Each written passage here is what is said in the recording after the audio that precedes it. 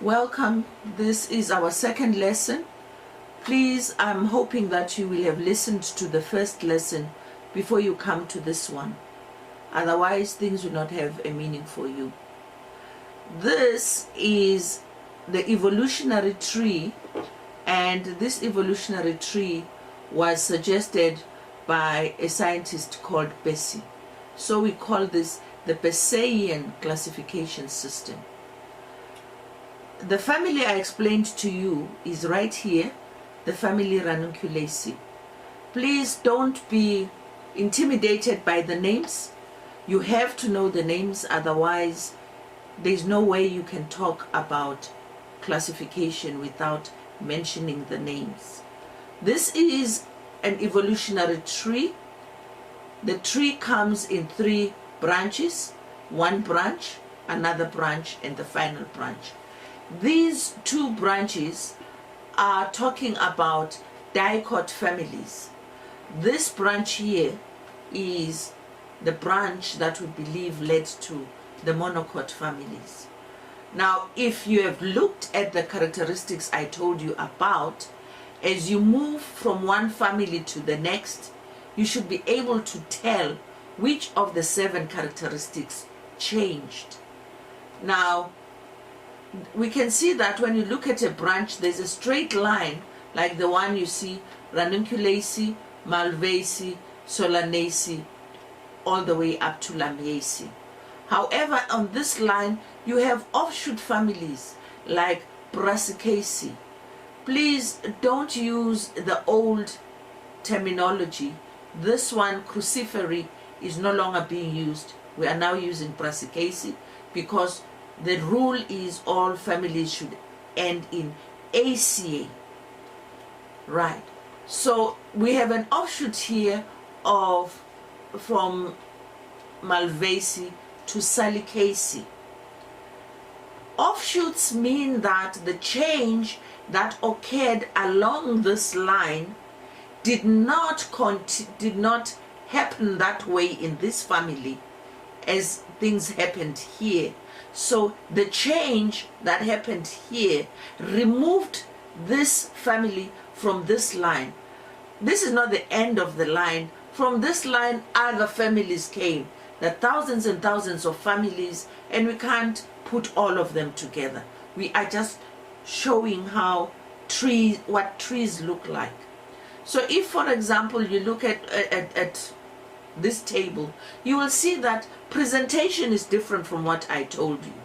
Where I used K, they use CA for calyx. Where I used C, they use CO for corolla. Where I used A, they use S for stamens. Where I used G, they use P for pistil. It is the same.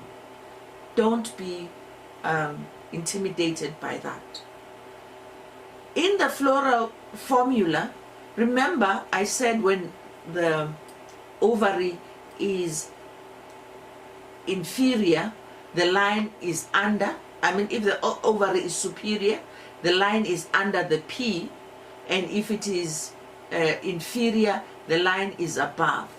In this presentation here, what they have done, if it is inferior, the P is at the bottom and everything else is on top.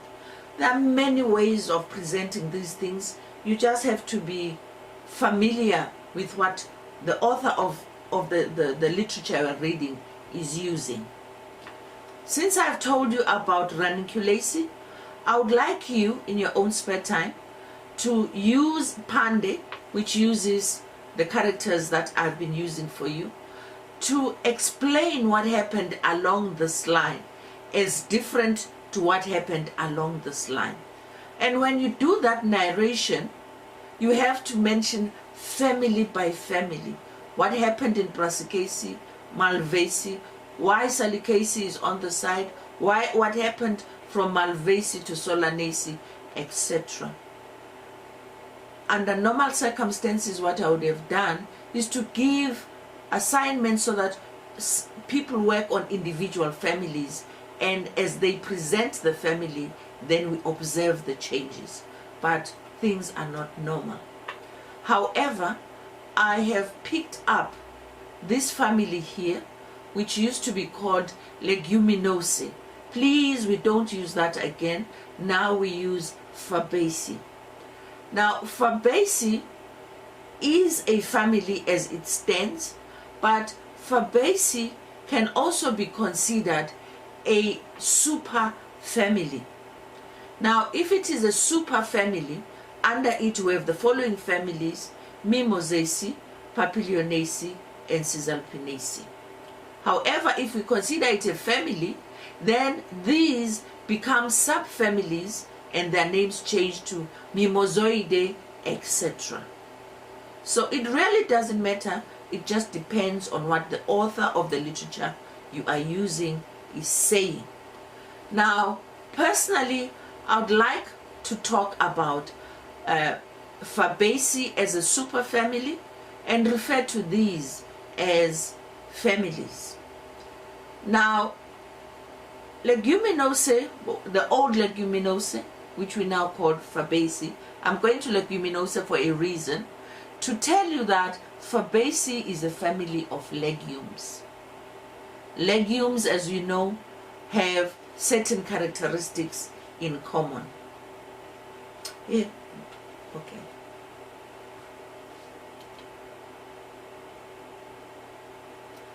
Yeah, the characteristics of legumes. One, the ovary is superior.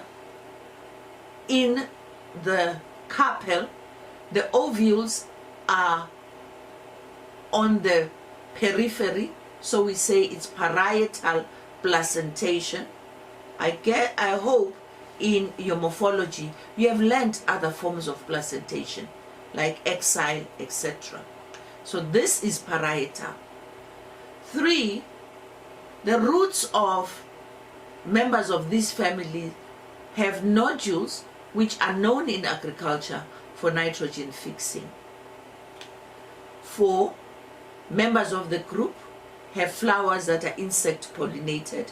This is an advancement because the flower itself had to change to accommodate the insect as a pollination agent. So insect accommodation is more advanced than a flower that can be pollinated by anything. The fruits in this family are pods or they're lomentums.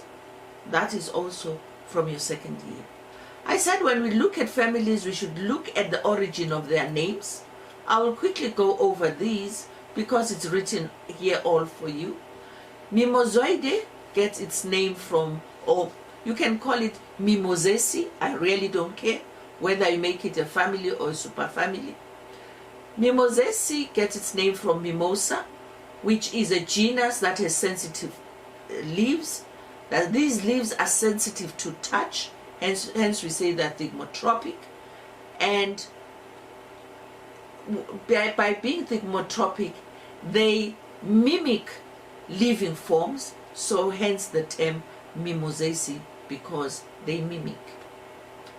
Cisalpinoidae or Cisalpinaceae was an attribute to say thank you to a professor who worked a lot with this group, and his name was Cisalpino, hence we get the family. Papilionaceae gets its name from the shape of the corolla. The corolla looks like a butterfly, and in French a butterfly is papillon, hence Papilionaceae. So we have got these 3 families in Fabaceae. We have arranged them here: Mimosaceae, Cisalpinaceae, and Papilionaceae. And this is not haphazard. We believe this is the most primitive family, and this is the most advanced family. This you can read yourself. I want to go straight to the flower. The flower is as presented in the formula. If you remember the characteristics, actinomorphic is a primitive attribute. These, here we have a changeover, we have a mixture, but here we have zygomorphic. When it comes to this character, it never changed in all of them.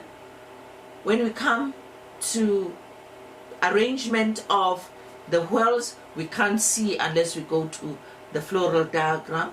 What we can see is that the petals are joined together, the corolla joined together, androecium numerous, gynoecium one superior.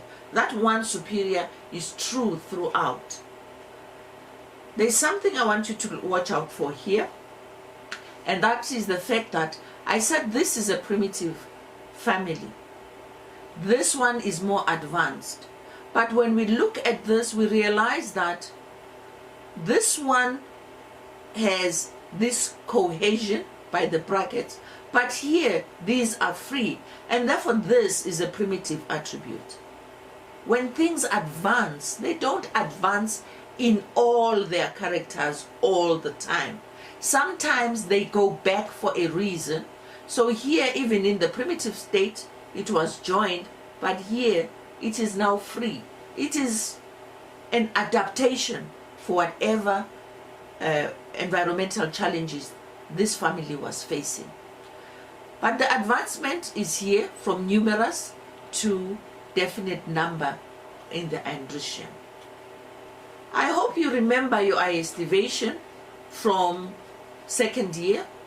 Valvate is when the sepals or petals are touching each other.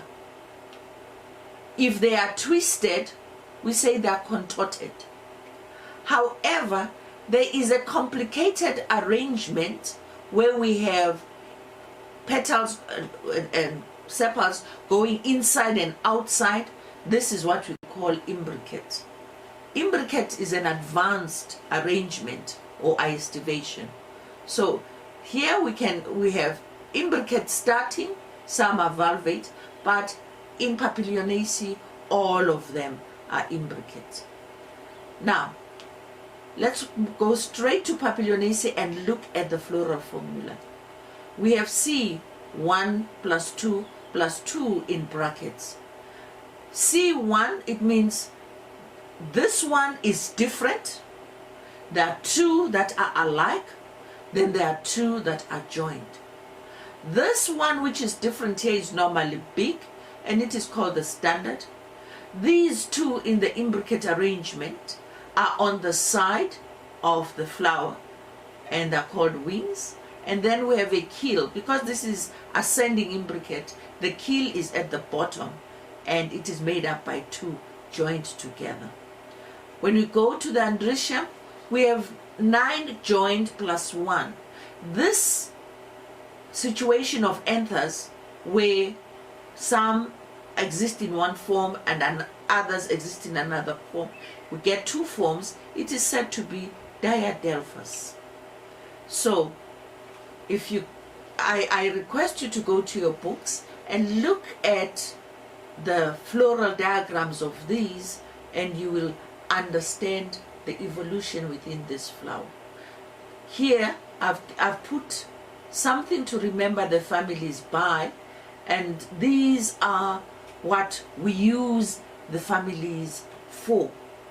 And please, at this level, we don't talk about beans, we talk about phaseolus, we don't talk about bambara groundnuts, tindlubu, we talk about Vignia unguiculata, and these Arachis hypogaea, mandongomane, pisum, sativum, these are your peas. In every family you will find members. I've tried to give you the Siswati names of some of these in this slide. Not only the flower is used, sometimes the leaf itself can tell you something. Remember, in Mimosaceae, most of the leaves are biparipinnate. All the leaves are biparipinnate. This here is to remind you what this term means. Now, when it is like this is not divided, then it is paripinnate. When instead of this, the end having just 2 leaves, at the end you have this 1 leaf, then this is imparipinnate. So even from the leaves, we can do a lot of classification. However, for Mimosacea, it's easy when it is biparipinnate. We know it is that. But please note, some members of this are also biparipinnate. Some members of that are imparipinnate. Some members of here are like, these lines I've joined for you are to tell you that even though this is common here, some of here is, this trifoliate is also present in the Cisalpinoideae.